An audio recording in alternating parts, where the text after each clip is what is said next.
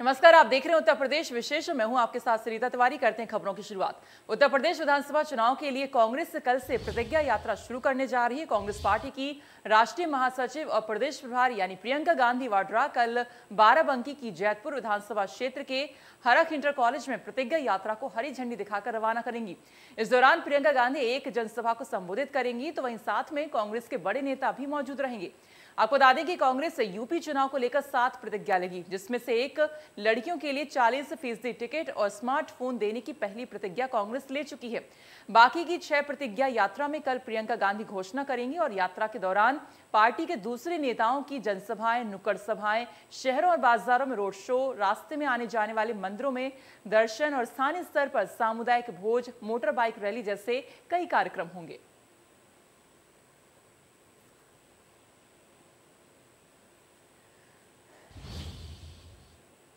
वहीं आम आदमी पार्टी ने 300 यूनिट फ्री बिजली पदयात्रा का बस्ती मंडल से आगाज किया है। आम आदमी पार्टी के राज्यसभा सांसद और उत्तर प्रदेश के प्रभारी संजय सिंह बस्ती पहुंचे। आम आदमी पार्टी ने 300 यूनिट बिजली मुफ्त देने का वादा किया है और इसको लेकर बस्ती मंडल से कार्यक्रम की शुरुआत कर दी है। उन्होंने कहा कि इस प्रकार का कार्यक्रम 18 मंडलों में आयोजित किया जाएगा। हम लोगों को ये बताना चाहते हैं कि फ्री बिजली लोगों के जीवन की जरूरत है, वो आम आदमी पार्टी ही दे सकती है।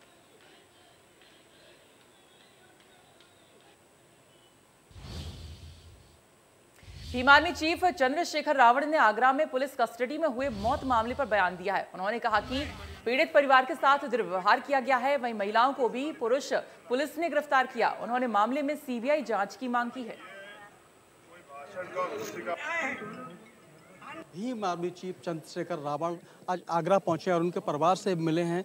कई सारे मुद्दों पर उन्होंने सवाल खड़े किए हैं। उन्होंने कहा है कि सीबीआई जांच इस मामले की होनी चाहिए। सबसे बड़ी बात है, जो पुलिसकर्मी दोषी हैं वो खुले घूम रहे हैं। जो मुकदमा दर्ज किया गया है वो अज्ञात में क्यों किया गया, और मुआवजे को लेकर भी उन्होंने कहा कि बाकी लोगों को 40 और 50 लाख रुपए मुआवजा और अरुण के परिवार को केवल 10 लाख मुआवजा। अब देख सकते हैं कि भीम आर्मी जो चीफ हैं यहाँ लोगों को संबोधित कर रहे हैं। यहाँ शोक सभा चल रही, शोक सभा में बोल रहे हैं और लोगों को बता रहे हैं कि जिस प्रकार से सरकार की जो नीति है उसको लेकर बोल रहे हैं। आपको बता दूं कि भीम आर्मी चीफ यहाँ पहुंचे थे, उसके बाद उन्होंने परिवार से मुलाकात की और कहीं ना कहीं परिवार की जो वेदना थी, परिवार ने अपनी वेदना उनसे कही, जिसको लेकर अब वो जनता के बीच पहुंच रहे हैं। उनका साफ तौर पर कहना है कि अगर उनकी बात नहीं मानी गई तो वो धरने पर बैठेंगे। Sanjay Singh, India news, Agra. 2022 चुनाव को लेकर हर सियासी दल अपने वोटर्स को रिझाने के लिए समूचे उत्तर प्रदेश में घूम घूम कर जनसभाएं करते नजर आ रहे हैं। और इस 2022 के चुनाव में जिस तरह से छोटे छोटे दलों को हर बड़ी पार्टी अपने खेमे में करने की कवायद करते हुए 2022 चुनाव में जीत का दम भर रही है, तो वहीं सभी छोटे दलों के नेता भी पूरे उत्तर प्रदेश में जातिगत आधार पर अपना वोट बैंक जुटाने की पुरजोर कोशिश में जुटे हुए। और आज इसी कड़ी में सुहेल देव भारतीय समाज पार्टी के राष्ट्रीय अध्यक्ष ओम प्रकाश राजभर ने यूपी के कानपुर देहात में अति दलित और पिछड़ा वर्ग अधिकार सम्मेलन कर अति दलित और ओबीसी वोट बैंक कर काबिज होने का संदेश दे दिया है। 2022 के विधानसभा चुनाव में सबसे ज्यादा राजभर हुंकार भर रहे हैं, क्योंकि कहा जा रहा है कि बीजेपी को सबसे ज्यादा नुकसान इन्हीं से हो रहा है, लेकिन बीजेपी इस बात को नहीं मान रही है। हमारे साथ ओम प्रकाश राजभर जी हैं, इन्हीं से पूछ लेते हैं कि 2022 के विधानसभा चुनाव में क्या सपा के गठबंधन के बाद उनकी क्या राय है। आइए उन्हीं से पूछ लेते हैं। ओम प्रकाश राजभर जी, राजभर जी ये बताइए, सपा से गठबंधन करने जा रहे हैं तो क्या ओवैसी को आप यूं छोड़ देंगे? 27 अक्टूबर को आपके दिल में जो आग लगी है, आप आइए, आपको आमंत्रण दे रहे हैं, वहीं आइए, आपके दिल की आग बुझ जाएगी 27 अक्टूबर। अच्छा, शिवपाल को क्या सपा में शामिल करा रहे हैं? लखनऊ, सारे रास्ते लखनऊ जा रहे हैं, तो सब 27 को हम खुलासा करेंगे। अच्छा, प्रियंका ने 40 लोगों को वोट टिकट देने के लिए कह दिया है, महिलाओं को, इससे कितना नुकसान होगा? कोई नुकसान नहीं है, हमारा लाभ है।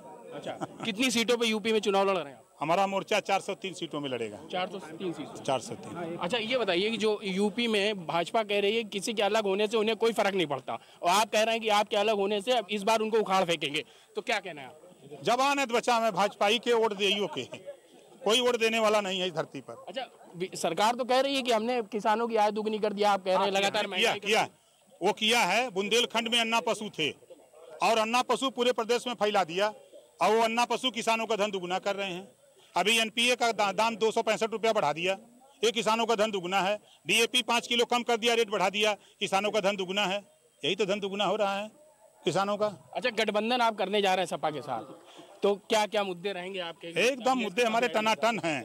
जातिवार जनगणना, सामाजिक न्याय समिति की रिपोर्ट, घरेलू बिजली का बिल माफ करना, गरीबों का इलाज फ्री में। हम प्रदेश में जातिवार जनगणना करा के ही मानेंगे, सबको हिस्सा एक समान, रोटी कपड़ा और मकान। अच्छा, ओवैसी को यूं ही छोड़ दिया आपके, जबकि आपके अरे भैया, दम भर के आपके दिल में जो जल रहा है ना, आप 27 अक्टूबर को आइए और वहीं आपको दिखाऊंगा। बिल्कुल साफ तौर पे ये ओम प्रकाश राजभारती थे, जिन्होंने साफ तौर पे कह दिया कि अगर 27 तारीख को ही इस सारे जवाबों जो सवाल है उसके जवाब मिल जाएंगे, लेकिन साफ तौर पे उन्होंने कुछ भी अभी बोलने से मना कर दिया। लेकिन एक बात जरूर कह रहे हैं कि बीजेपी के साथ उन्होंने इसलिए दिया था क्योंकि देश में महंगाई कम होगी, रोजगार बढ़ेगा, वो उन्होंने पूरी तरीके से नहीं किया, इसलिए उन्होंने बीजेपी का दामन छोड़ के अब अपने लिए सरकार में 2022 की जो सरकार चुनने की बात है वो अखिलेश के साथ तय कर ली है। कानपुर देहात से सूरज सिंह, इंडिया न्यूज। वहीं अलीगढ़ में आज बहुजन समाज पार्टी ने कार्यकर्ता सम्मेलन किया। इस दौरान बसपा के राष्ट्रीय महासचिव मुनकाद अली ने कार्यकर्ताओं को संबोधित किया। इस दौरान उन्होंने बीजेपी पर जमकर निशाना साधा और मुनकाद अली से खास बातचीत की। 72 विधानसभा क्षेत्र में बहुजन समाज पार्टी का कार्यकर्ता सम्मेलन हुआ था, जिसमें शिरकत करने मुनकाद अली, जो कि बहुजन समाज पार्टी के राष्ट्रीय महासचिव है, मौजूद है। आइए उनसे बात कर लेते हैं। सर, सबसे पहले बहुत बहुत स्वागत है आपका इंडिया न्यूज में। सर, आज किस तरीके का आपका ये कार्यकर्ता सम्मेलन रहा और बसपा के द्वारा आज 74 विधानसभा क्षेत्र छर्रा में प्रत्याशी भी घोषित किया गया, सर क्या कहना चाहेंगे? देखिए, आज अलीगढ़ जनपद की छर्रा विधानसभा में बहुजन समाज पार्टी का एक कार्यकर्ता सम्मेलन था, जिसमें अपार समूह यानी बहुजन समाज पार्टी के समर्थक, कार्यकर्ता, पदाधिकारी भारी तादाद में उपस्थित हुए और यहाँ से आदरणीय बहन कुमारी मायावती जी ने अपना आशीर्वाद तिलक रियाज यादव जी को देकर यहाँ से बहुजन समाज पार्टी का प्रत्याशी 2022 में जब चुनाव होगा तो उसका। सर, एक चीज और, ये सर सबसे पहले उत्तर प्रदेश का 2022 का चुनाव नजदीक है, तो क्या सर अलीगढ़ के अंदर सबसे पहला प्रत्याशी आपका चुना गया है या इससे कहीं और भी आपने अपने जो प्रत्याशी हैं उनकी सूची जारी कर दी गई है? देखिए, अभी सूची जारी नहीं की गई है। अलीगढ़ में भी कई विधानसभाओं के प्रत्याशी तय हो चुके हैं और बारी बारी उनकी घोषणा हम लोग करेंगे, तो वो सब आपके बीच में। सर, अभी लगातार देखने को मिल रहा है, क्योंकि आज की डेट में बसपा कहीं ना कहीं थोड़ी सी पीछे बैकफुट पर जरूर नजर आ रही है, लेकिन क्या ऐसी रणनीति रहेगी जो 2022 का चुनाव नजदीक है कि आप सरकार बनाएं? देखिए, बहुजन समाज पार्टी किसी से भी पीछे नहीं है, बल्कि सबसे आगे है। बहुजन समाज पार्टी दिखावा नहीं करती, बहुजन समाज पार्टी काम करती है। जब सरकार होती तब भी काम करती है, दिखावा नहीं करती। और अब भी बहुजन समाज पार्टी बहुत तेजी से आगे बढ़ रही है और उसका कारण है कि बहुजन समाज पार्टी की 4 बार की सरकार, जो इस प्रदेश में गरीब लोग रहते हैं, चाहे वो किसी भी समाज से ताल्लुक़ रखते हैं, चाहे वो दलित हैं, चाहे पिछड़े हैं, चाहे मुसलमान हैं, चाहे अपर कास्ट के गरीब भाई हैं, वो सबके सब जानते हैं कि अगर हमारा हित है, गरीबों का हित है, तो बहुजन समाज पार्टी में, इसलिए बहुजन समाज पार्टी के साथ है। ये जो दिखावा करते हैं कि एक आदमी को पकड़ लिया, 3-3 बार उसकी घोषणा कर रहे हैं कि हमारी पार्टी में शामिल हो गया, ये पता नहीं कौन है, कैसे है, कहाँ है, तो ये दिखावा है इन लोगों का और कुछ नहीं है। और असली ताकत बहुजन समाज पार्टी है और पूरे प्रदेश के लोग जानते हैं, अगर इस प्रदेश में कोई ताकतवर किसी के पास वोट है और बंधावा वोट है तो बहुजन समाज पार्टी के साथ। किसान अभी भी परेशान है, लगातार 11 महीने से अधिक हो गया किसान। मेरे साथ में बाबू मुनकाद अली, जो कि महासचिव थे बहुजन समाज पार्टी के, जिन्होंने कहा है कि अगली बार, क्योंकि 2022 का चुनाव नजदीक है, आने वाली सरकार बसपा की होगी और बसपा निश्चित रूप से किसानों के हित में कार्य करेगी। और बाबूलाल मुनकाद अली द्वारा लगातार बीजेपी पर कटाक्ष भी किए गए। सहयोगी हिमांशु के साथ मोहित गुप्ता, इंडिया न्यूज। वहीं आगरा कस्टडी डेथ मामले में मृतक अरुण के घर परिवार से मिलने पहुंचे समाजवादी पार्टी के राष्ट्रीय महासचिव रामजीलाल सुमन ने कहा कि परिवार अभी संतुष्ट नहीं है और FIR जो की गई है वो अज्ञात में क्यों की गई है। तक उनके घर लगातार नेता पहुंच रहे हैं और लगातार उनके परिवार को सांत्वना दे रहे हैं। हमारे साथ रामजीलाल सुमन जी हैं, जो राष्ट्रीय महासचिव हैं समाजवादी पार्टी के। सर, आपकी बात हुई है परिवार से, क्या उनकी मांग है, क्या बात हुई? परिवार के लोग जो फैसला हुआ उससे बिल्कुल किसी भी कीमत पर संतुष्ट नहीं है और तमाम सारे उदाहरण हैं जो अच्छी खासी दौलत सूबे की सरकार ने पीड़ितों को दी है। ये मृतक अरुण तो समाज के निर्बलतक वर्ग में से एक था। इसको तो और ज़्यादा इमदाद की ज़रूरत थी, मदद की ज़रूरत थी। 3 छोटे छोटे बच्चे हैं, विधवा हैं और उनकी रोजी रोटी का कोई जरिया नहीं है। मुझे लगता है कहीं से उसके भाई पर कोई दबाव था, जिसकी वजह से उसने कहा कि पोस्टमार्टम के बाद इसका अंतिम संस्कार हो जाना चाहिए। ये बिल्कुल आधा अधूरा फैसला है। परिवारजन संतुष्ट होने चाहिए। अभी हमने माँ से मुलाकात की, उनकी पत्नी से मुलाकात की और उनकी बातों से बिल्कुल स्पष्ट है कि वो किसी भी इस प्रकार के फैसले को मानने को तैयार नहीं है। हम ये मानते हैं कि प्रथम दृष्टया अपराध 302 में बनता है और ये अज्ञात नहीं, ये ज्ञात मामला है। उन लोगों के खिलाफ 302 के तहत कार्रवाई होनी चाहिए। परिवार के लोगों को संतुष्ट करने के लिए जो अधिक से अधिक धनराशि इस परिवार को मिल सकती है राज्य सरकार की तरफ से, वो जरूर मिलनी चाहिए। इससे आपसे एक सवाल है कि आप पुराने नेता समाजवादी पार्टी के और लंबे समय रहे हैं। अखिलेश जी को आपने बहुत छोटेपन से देखा है, आज शिवपाल जी को भी देखा था, आपके साथ रहे हैं, नेता रहे हैं। दोनों साथ क्यों नहीं आ पा रहे हैं? शिवपाल जी कह रहे हैं कि मैं इंतजार कर रहा हूँ उनका, अखिलेश जी क्यों नहीं माना, कहाँ कमी है? आप खुद ही कह रहे हैं परिवार का मामला है। परिवार के मामले को बाहरी लोग हल नहीं करते, दोनों को ही बैठ के तय करना चाहिए। तो ये थे हमारे साथ रामजल सुमन जी, जो कि समाजवादी पार्टी के राष्ट्रीय महासचिव, अभी परिवार से मिलकर लौटे हैं। Sanjay Singh, India news. लखनऊ में आरएलडी प्रदेश कार्यालय पर पार्टी के जारी होने वाले मैनिफेस्टो को लेकर बैठक हुई है। बैठक में आरएलडी प्रदेश कार्यकारिणी के लोग मौजूद रहे। 31 अक्टूबर को लखनऊ में आरएलडी के राष्ट्रीय अध्यक्ष जयंत चौधरी पार्टी मैनिफेस्टो को जारी करने वाले हैं। प्रबंधन को लेकर लगातार चर्चा थी। हालांकि भागीदारी मोर्चा जो है वो अब समाजवादी पार्टी के साथ है। ऐसे में लोकदल क्या देखता है, कैसे देखता है? सर, चुनाव पास आ रहा है, समाजवादी पार्टी के साथ भागीदारी मोर्चा शामिल हो रहा है, आप कैसे देखते हैं इसको? ऐसा है कि हमारा और समाजवादी पार्टी का तो गठबंधन पिछले चुनाव से चल रहा है कि नहीं? वैसे अब दोनों नेता बात कर रहे हैं, अखिलेश जी हमारे राष्ट्रीय अध्यक्ष चौधरी जैन जी दोनों बात कर रहे हैं। ये फाइनल करके बता देंगे, है कि नहीं? मैं समझता हूँ कि जैन जी ने ये कहा है कि 31 अक्टूबर को हम लोग संकल्प समिति की बैठक बुला करके यहाँ उनको मेम्बरान को यहाँ ले आ करके और जो हमारा मैनिफेस्टो राष्ट्रीय लोकदल का वो जनता के बीच में रखने का काम करेंगे। उसके बाद हम दिवाली के बाद बैठ करके क्लियर कर देंगे। तो ये भी यही बात है। सर, सीटों को लेकर कुछ बात हुई समाजवादी पार्टी से?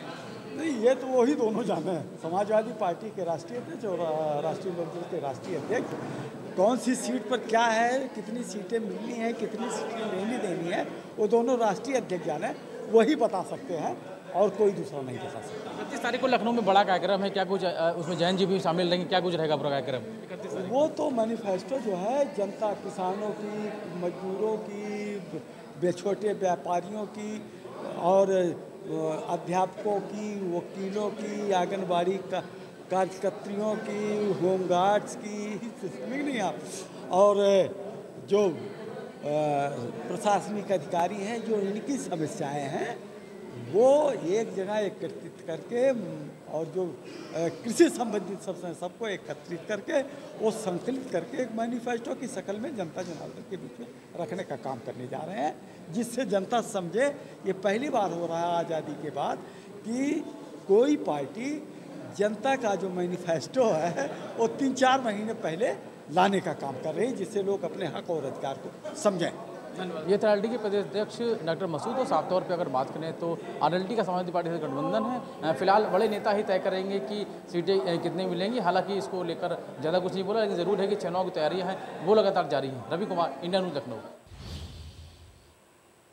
आगरा में पुलिस कस्टडी में मौत मामले में प्रदेश के राज्य मंत्री डॉक्टर डीएस धर्मेश पीड़ित के घर पहुंचे और हर संभव मदद और न्याय का भरोसा दिलाया। डॉक्टर धर्मेश से पूरे मामले पर बात की हमारे संवाददाता ने। राज्य मंत्री जीएस धर्मेश जी हमारे साथ हैं। अभी इन्होंने पीड़ित परिवार से मुलाकात करके आए, तो हमसे जानना चाहेंगे कि इनकी क्या वहाँ पे वार्तालाप हुई है। सर, आपने पीड़ित परिवार के घर जाके मिलके आए हो, उनका क्या कहना है? देखिए, ऐसा है, ये घटना बहुत ही दुर्भाग्यपूर्ण है और किसी का बेटा, जवान बेटा अगर चला जाता है तो उसका दुख उसके परिवार वाले ही जानते हैं। कितना उनके ऊपर वज्रपात होता है वो यहाँ भी हुआ है। उनका ये कहना है कि पुलिस हम सब परिवार के लोगों को पकड़ के ले गई। जो अरुण की जो माताजी हैं वो, बहू और दोनों भाई, उनको सबको पुलिस पकड़ के ले गई थी और बहू का ये कहना है कि हमारे सामने ही अरुण को शारीरिक प्रताड़ना की गई। उसके आधार पर धारा 302 के अंदर मुकदमा दर्ज जरूर हुआ है, लेकिन अज्ञात में हुआ है। और मेरी अभी एसएसपी से बात हुई है, ये जांच अलीगढ़ के द्वारा किसी वरिष्ठ अधिकारी के द्वारा की जाएगी। सर, उत्तर प्रदेश की चौथी घटना है ये। कानून व्यवस्था के बारे में आप क्या कहना चाहेंगे? क्योंकि ये लगातार पुलिस प्रशासन पे भी सवाल उठते आ रहे हैं, चाहे वो गोरखपुर का मामला हो या फिर लखीमपुर का। कानून व्यवस्था के अंतर्गत नहीं आता। कानून व्यवस्था के अंतर्गत आता है ये हत्या, लूट, डकैती, अपहरण, जो वैसे क्राइम होते हैं, ये क्राइम आता है। ये को ऐसी अलग सी घटना है, इसको क्राइम में नहीं जोड़ा जा सकता है। ये पुलिस की लापरवाही की घटना हुई है और हम सब लोग इसकी निंदा भी करते हैं। हमारी पूरे संवेदना मृतक परिवार के साथ हैं और जो भी आर्थिक मदद होगी समाज कल्याण विभाग की तरफ से मैं इन्हें दिलाने का प्रयास करूंगा और पार्टी पूरी इनके साथ है और उनकी कानूनी मदद भी हम सब लोग मिलकर दिलवाएंगे।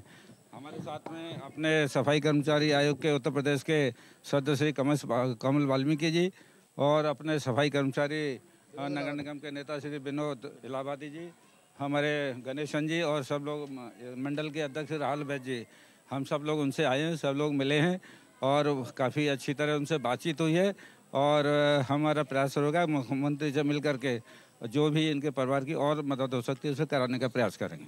तो ये हमारे साथ थे राज्य मंत्री जी धर्मेश जी का ये कहना है कि मुख्यमंत्री से मुलाकात कर इस परिवार की पीड़ित परिवार की सुनवाई जरूर करेंगे, उनको न्याय दिलाएंगे। आगरा से रिंकी उपाध्याय, इंडिया न्यूज। और फिलहाल इसी के साथ उत्तर प्रदेश विशेष में इतना ही, लेकिन आगे और भी खबरें जारी हैं। आप देखते रहिए इंडिया न्यूज। नमस्कार।